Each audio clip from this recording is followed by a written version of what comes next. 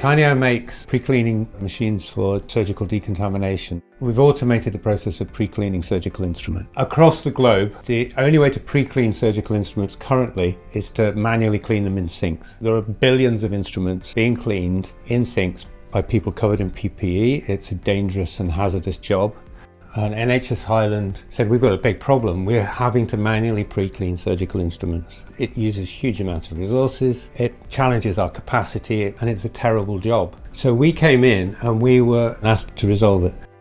They had put out a call to industry to solve a problem that didn't have a solution at that point, and Tiny Air came up with that solution. Our aim obviously is to address any environmental aspect of surgical care.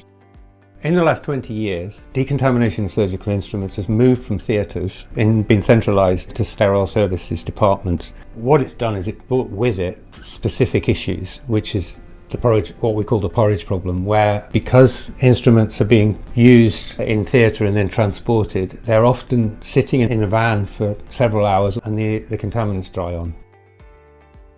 In terms of regulations, all surgical instruments should be cleaned at point of use, and it's not happening. It's a big deal. Across the UK, there's nobody doing it because it's very difficult to do.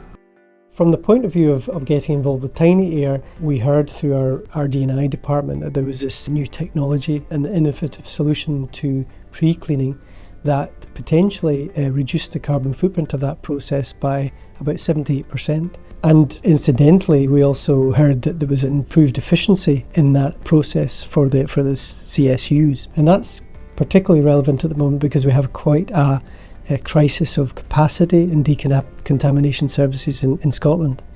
Instruments are really difficult to clean. There's thousands of different shapes and sizes and geometries of instruments with different mechanisms. You have to get in there and open them up and scrub inside them. What we've been doing here is we've been trialling a project at theatre level to clean the instruments while they're still wet.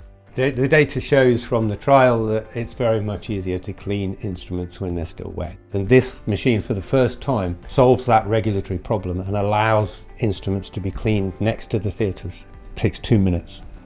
Tiny Air system, when it was here, it simplifies the cleaning process here. Part of our responsibility in theatres is to clean our instruments after use.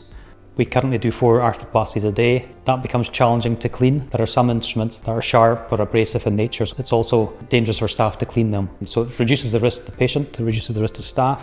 With the instruments getting cleaned here by Tiny Air, they're getting cleaned at the point of use, so they're not getting time to dry on. So it reduces things like rusting of instruments, pitting on instruments. It improves infection control, it protects patients. I'm really proud to be leading in NHS Highland on this so that we can deliver best surgical care, a lower carbon footprint and a better outcome for all.